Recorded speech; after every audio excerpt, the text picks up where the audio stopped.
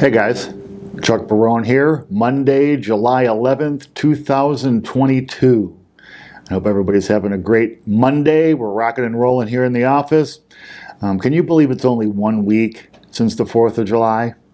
Doesn't it seem like it was a little longer than a week and a lot of stuff has happened in this week? Wow, it's crazy. And there's a lot of stuff to go over with everybody today.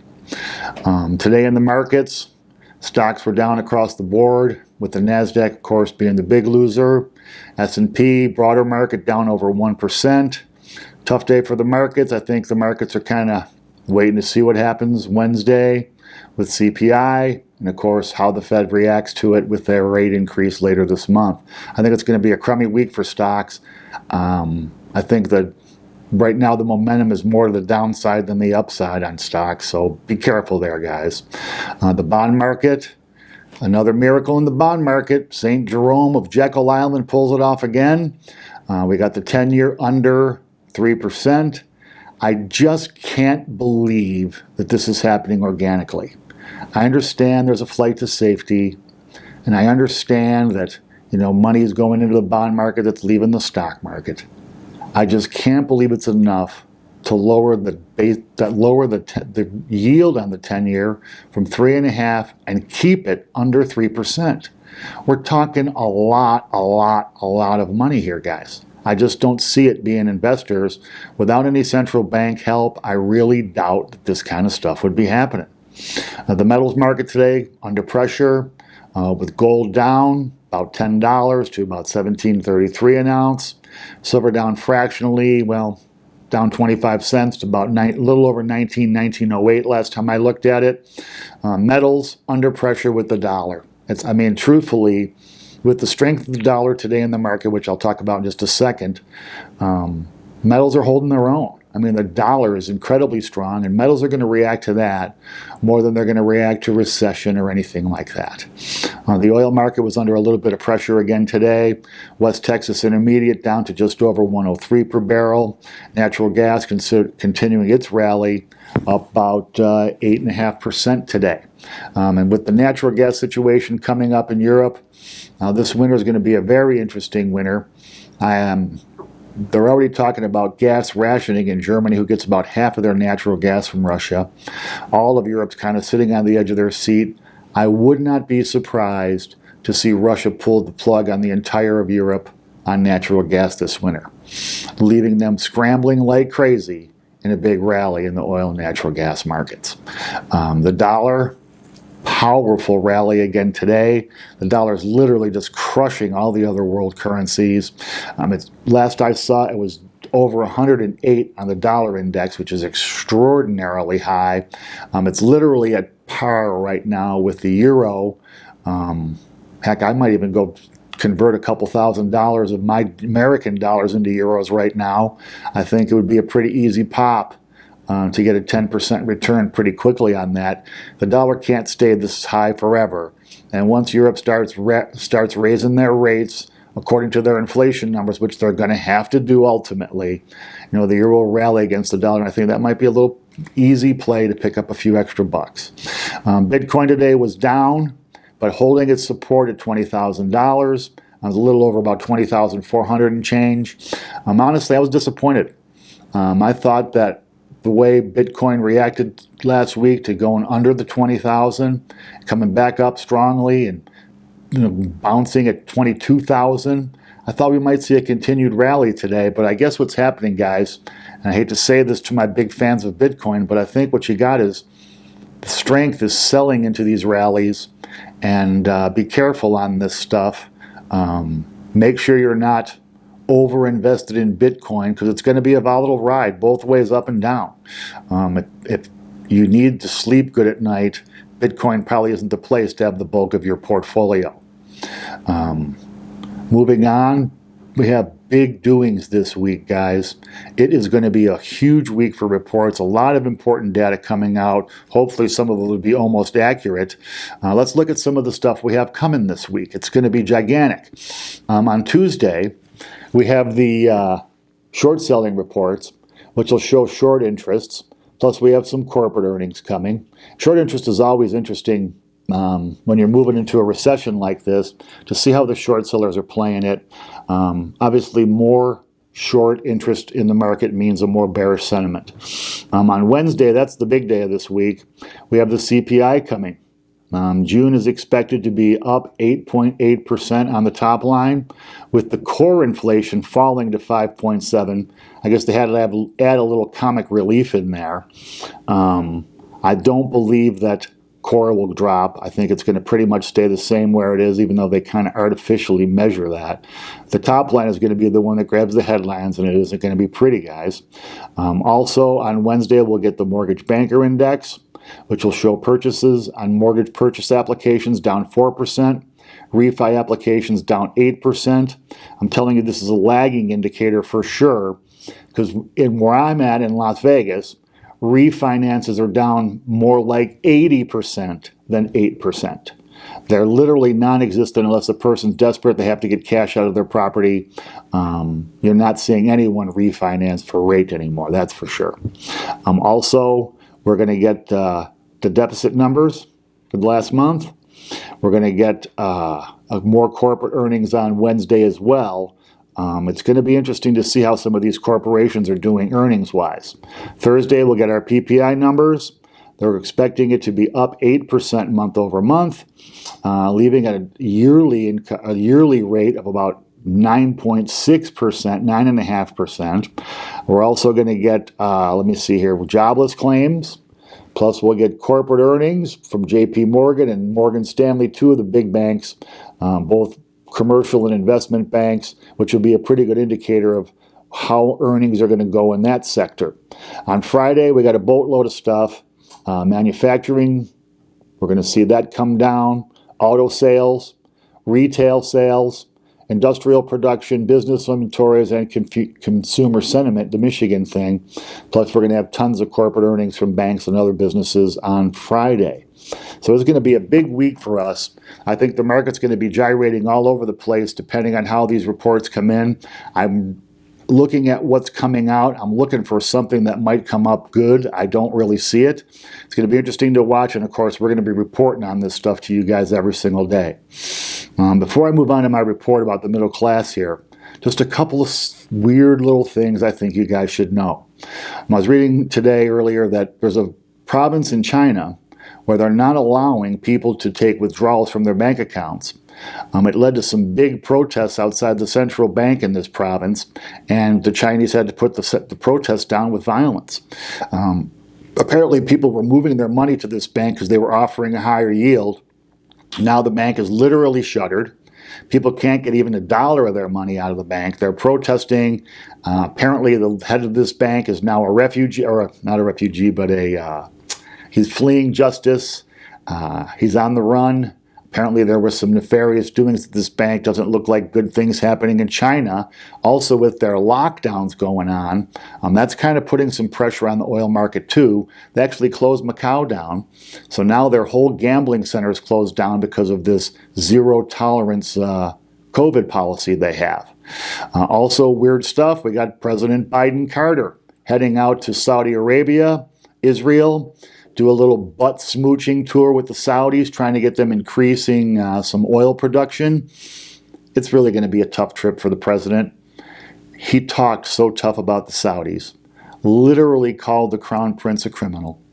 Now he has to go there hat in hand, kissing their butt to try to get them to increase their oil production to help bring oil prices down. What do you think, guys? You think if Biden called you a criminal, you'd want to cooperate with him and help him out? Or are you going to say thanks, but no thanks? I mean, it was just recently the Saudis wouldn't even take the president's call. So that's going to be a very interesting trip to see how things work out. Also, we have the Sri Lankan collapse, which I told you guys was happening about maybe 2 weeks ago.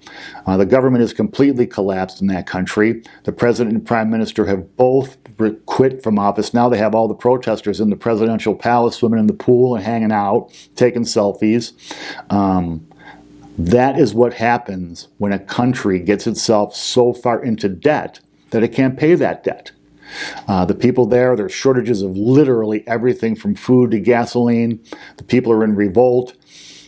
it's a foreshadowing of some stuff that's going to happen in some other countries around the globe, I'm afraid, with them trying to pay their debt off in the face of what's going to happen worldwide economically. Batten down the hatches, guys. Wild stuff happening all over the world.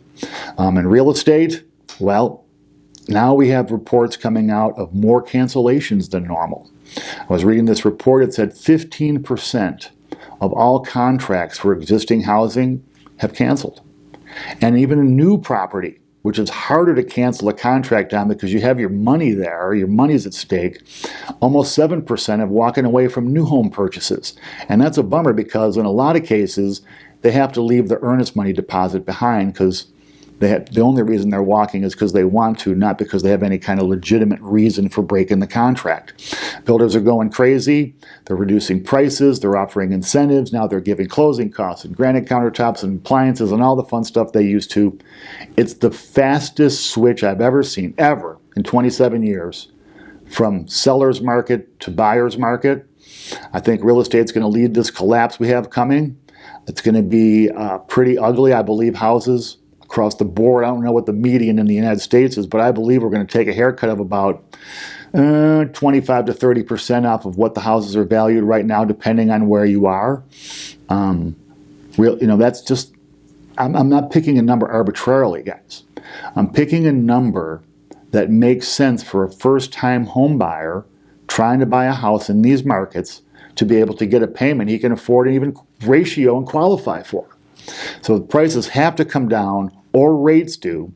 And in the face of the Fed's pledge to keep raising rates, we have to believe it's going to be prices that come down. And like I've explained before in previous videos, once real estate starts to collapse, it creates a cascading effect across all segments of the economy. You got the guys who bring the materials. You got all the people who sell materials, the roofers, the laborers, the craftsmen, the cement guys, the landscapers, and on and on and on the list goes. And it starts to ripple out through the entire economy. It's going to lead the parade on the way down.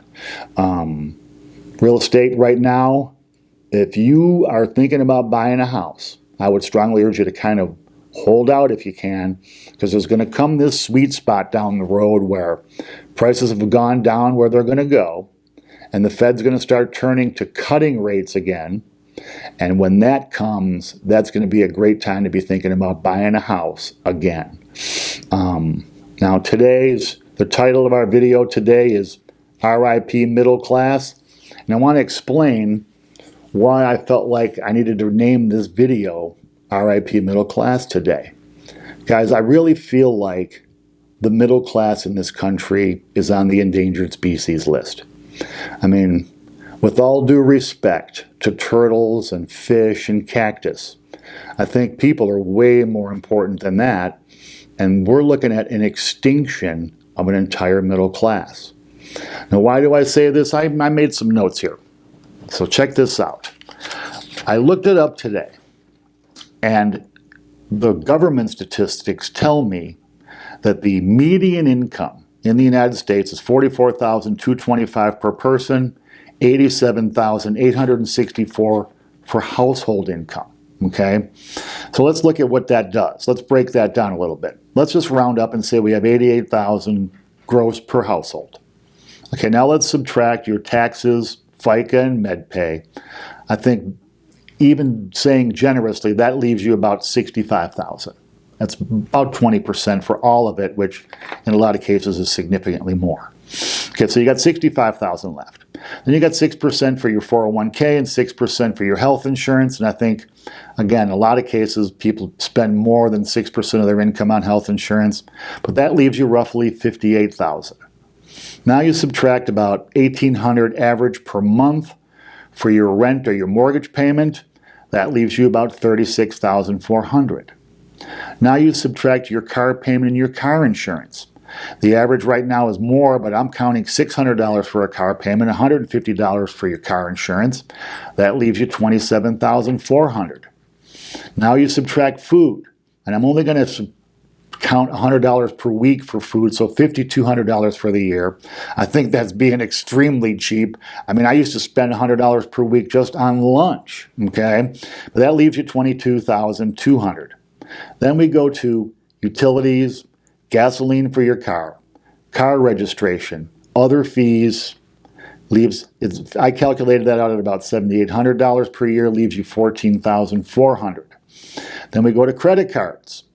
I'm averaging, say, $300 per month in credit card bills. That leaves you $10,800. Now, if that was all, that was the end of it, and you had $10,800 that you could save, invest, go on a vacation, do things you want to do home improvements, send your kids to a better school, whatever it is, that'd be great. But I still haven't counted state and local taxes, sales tax, student loans, any cost at all for childcare. You factor in all of those fees, which most people have to deal with. It leaves you with a negative, guys. This is why you hear me constantly harping on you about eliminating the debt in your life, living within your means, starting to save money no matter how little it is, being cautious with your investments. Hard to hold on to money. You got to invest it wisely to make sure you don't lose the money you put in. If you're gambling with gains in the market, that's one thing. When you're gambling with your hard-earned, after hearing something like this, guys, you got to be cautious, man. Now, I'm going to keep going on about this middle class stuff this week. I think that it's something we need to focus on. I think that the vast majority of the people listening to this blog support this channel are middle class people. I consider myself middle class. I'm certainly not one of the 1%, guys. We need to stick together. We need to pass along the things we know, the things that are working in our lives. We have nobody coming to the rescue for us but us. So keep all of this in mind as you make your plans, as you set your budget. Do the right things, and let's get ahead of the curve here, guys. Okay? Before I close today, just a couple of quick things. I put it out on Friday. Ask Chuck Barone at gmail.com. We have this new email address where you can email me anytime, ask me questions about investing, portfolio, money, life, wealth, whatever comes to your mind you want to talk about it. We had quite a response to it. We only mentioned it that one time on Friday. We probably had 40 people email me. So please keep those emails coming. I think I answered pretty much all of them. I got maybe a handful left to get to today. Keep those questions coming, guys. I want to help everybody. Also, we've heard a lot of people talking about not getting notifications, not getting our videos in their subscription, their subscription feeds. What I would tell you is, underneath this picture is a link to our Substack, to our newsletter. Go there, click on that, and subscribe to the newsletter. That way you'll make sure you get our videos every day when they come out. As always, guys, if you like what you're hearing here, you think this blog is useful to you, share it with your friends and your subscribers. Remember, hit the bell for notifications. We need to get that in order. Hopefully, YouTube's going to help us a little bit. As always, comment and question in the comments section. I love you guys for that. You're so good at it. And if you haven't already, subscribe to the channel. A lot of big doings this week, guys. Stay with us. We're going to give you the important information you need to know. And until tomorrow, have a great day, everybody. Thanks.